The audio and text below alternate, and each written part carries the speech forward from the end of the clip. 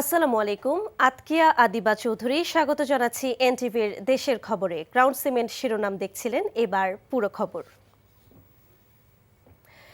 শহীদ দিবস ও আন্তর্জাতিক মাতৃভাষা দিবস কাল।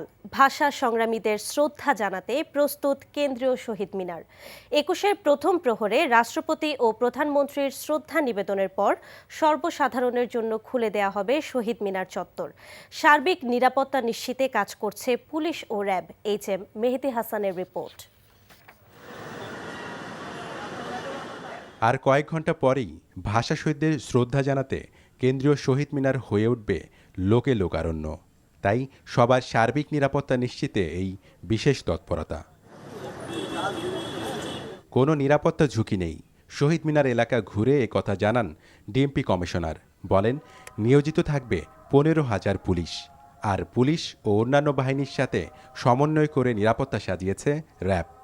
আমাদের ইনার প্যারিমিটার, আউটার প্যারিমিটারে আমাদের ফোর্স আছে এবং আমরা কয়েকটা সেক্টরে ভাগ করেছি। প্রত্যেকটা সেক্টরই আমাদের ফুট পেট্রোল, গাড়ির পেট্রোল এবং স্ট্রাইকিং রিজার্ভ থাকবে। এছাড়াও আমরা অত্র এলাকাটি ভালোভাবে সুইপিং করেছি। আমাদের bomb disposal team stand by থাকবে। এছাড়া পুরা এলাকাটাকে আমরা ৬৪টি ক্যামেরার মাধ্যমে এটা আপনার সিসিটিভির আওতায় নিয়ে এসেছি। অমর ২১-এর অনুষ্ঠানেও কোনো নিরাপত্তা সংখ্যা নেই। তথাপি আমাদের নিয়মিত মোতায়েনের পাশাপাশি সোয়াট, dog squad, bomb disposal team, crime scene unit সার্বক্ষণিক প্রস্তুত থাকবে। এছাড়া গোয়েন্দা নজরদারি সহ সাইবার মনিটরিংও জোরদার করা হবে। এদিকে শেষ সময়ে শহীদ মিনারের আশেপাশের সড়ক রঙিন করতে আলপনায় ব্যস্ত সময় পার করছে চারুকলার শিক্ষার্থীরা। রংতুলিতে ভাষা শহীদদের বীরত্ব গাথা তুলে ধরার এই কাজে অংশ নিতে পেরে উচ্ছ্বসিত তারা। কি করা হবে, কোন ধরনের ছবি আঁকা হবে, কারা কোথায় কাজ করবে, সবকিছুরই পরিকল্পনা থাকে আগে থেকে। শহীদ মিনারের সামনে কাজ করতে পারতেছি, এরকম সুযোগ পুরো বাংলাদেশের কয়জন মানুষই পায়। খুবই ভালো লাগছে। আমাদের চারুকলা অনুষদ এটা আগে থেকেই কিন্তু এই সাজসজ্জার কাজটা করে। ফলে হচ্ছে কি যে আমাদের এটা একটা একাডেমিক প্রোগ্রামের মতোই অনেকটা বলা যায়। আমাদের গোটা চারুকলার যত শিক্ষক, শিক্ষার্থী, এমনকি সাথে আমাদের অ্যালামনাই যুক্ত হয়, বিশিষ্ট শিল্পীরা এসে এখানে কাজ করেন। মধ্যরাতে ২১-এর প্রথম প্রহরে শ্রদ্ধা জানাবেন রাষ্ট্রপতি, প্রধানমন্ত্রী, মন্ত্রিপরিষদ সহ বিদেশি কূটনীতিকরা। পরে সর্বসাধারণের জন্য খুলে দেয়া হবে শহীদ মিনার। এইচএম মেহেদী হাসান, এনটিভি নিউজ, ঢাকা। দেশের অর্থনীতি সচল ও সমৃদ্ধ করার লক্ষ্য নিয়ে সরকার কাজ করবে জানিয়ে অর্থমন্ত্রী আমির খসরু মাহমুদ চৌধুরী বলেন, চট্টগ্রামকে সত্যিকারের বাণিজ্যিক রাজধানী হিসেবে রূপান্তর করতে বিনিয়োগ বাড়াবে সরকার। শেয়ার বাজার পুনরুজ্জীবিত এবং বিদেশি বিনিয়োগ নিয়েও কথা বলেন অর্থমন্ত্রী। মন্ত্রী হিসেবে দায়িত্ব নিয়ে প্রথমবারের মতো নিজ বিভাগে ফিরে এসব কথা বলেন তিনি। এদিকে রাজশাহীতে আয়োজিত অনুষ্ঠানে ভূমিমন্ত্রী মিজানুর রহমান বলেন, ভূমি খাতে দুর্নীতি সহ্য করা হবে না। আরও জানাচ্ছেন নাজিবুর রহমান।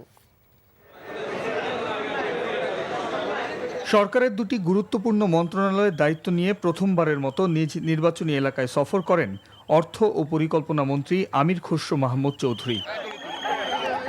চট্টগ্রামের শাহ আমানত আন্তর্জাতিক বিমানবন্দরে নেমে সাংবাদিকদের বিভিন্ন প্রশ্নের জবাব দেন তিনি। জানান, বাস্তবমুখী প্রকল্প প্রণয়ন করবে সরকার। এছাড়া বিদেশি বিনিয়োগ আনতে সরকার কাজ করবে বলেও জানান অর্থমন্ত্রী। সবার প্রত্যাশা পূরণ করার জন্য কাজ করতে হবে ঐক্যবদ্ধভাবে। এটাই হচ্ছে গণতান্ত্রিক অর্ডার ফিরে আসছে। অনেক বড় দায়িত্ব, দেখা যাক কি হয়। চেষ্টা করব সবাইকে নিয়ে, সবকিছু নিয়ে আমরা কাজ করব ইনশাল্লাহ।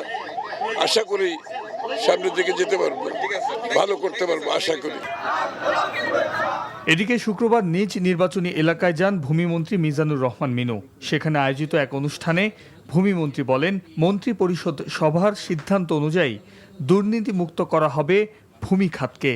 আমাদের প্রিয় নেতা শহীদ প্রেসিডেন্ট জিয়া রহমান সততাই যার পথ চলার পথ, আমরা তাকে অনুসরণ করি।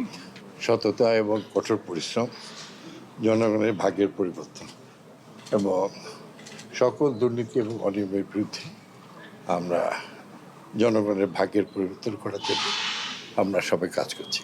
আমি বড় কিছু শেখার চেষ্টা করছি, তবে কোথাও অনিয়ম দুর্নীতির কোনো প্রশ্নই আসে না।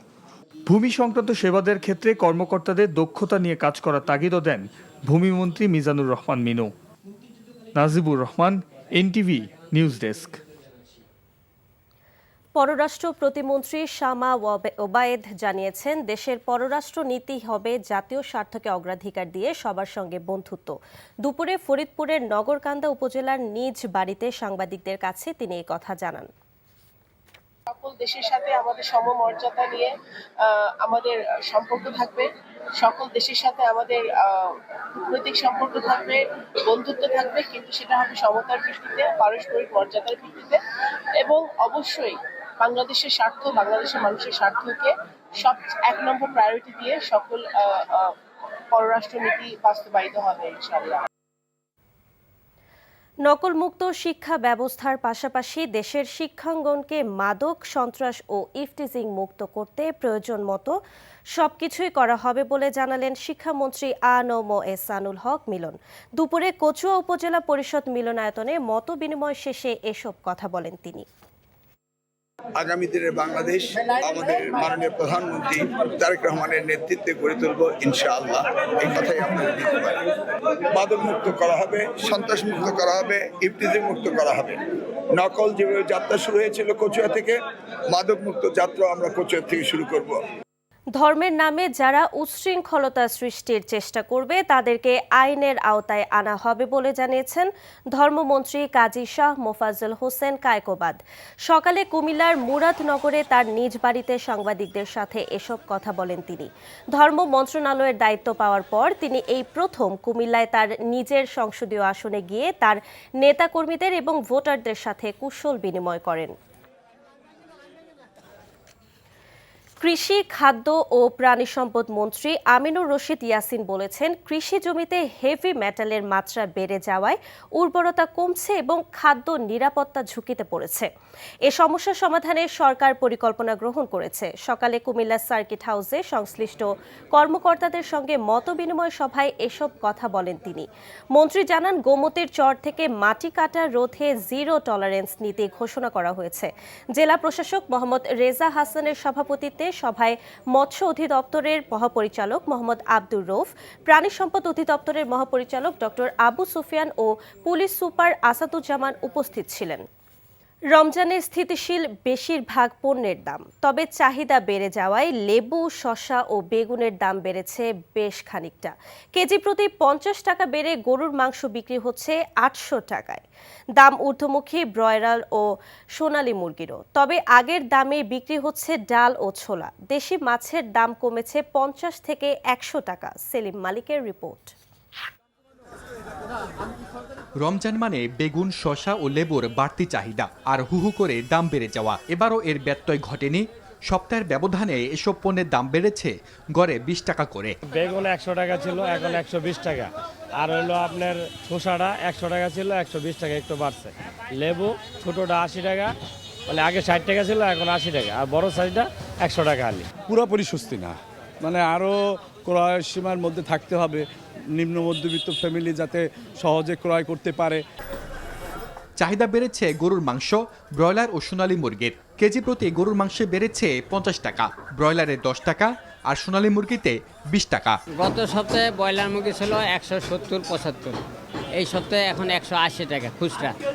আর সোনালী ছিল 300 টাকা, আর এখন হয়েছে 320 টাকা। গরু মাংস গত সপ্তাহে ছিল 750, আর এখন বর্তমান হচ্ছে 800। দাম বাড়ার কারণ হচ্ছে প্রত্যেক গরুতে এখন 7 থেকে 8,000 টাকা বেশি। বাংলাদেশে একমাত্র যেখানে রমজানে অ্যাভেলেবল থাকলেও দাম বাড়ায় দেয়, কারণ মানুষের লাগবে। এটা আমাদের দুর্ভাগ্য। তবে কিছুটা স্বস্তি মাছের দামে।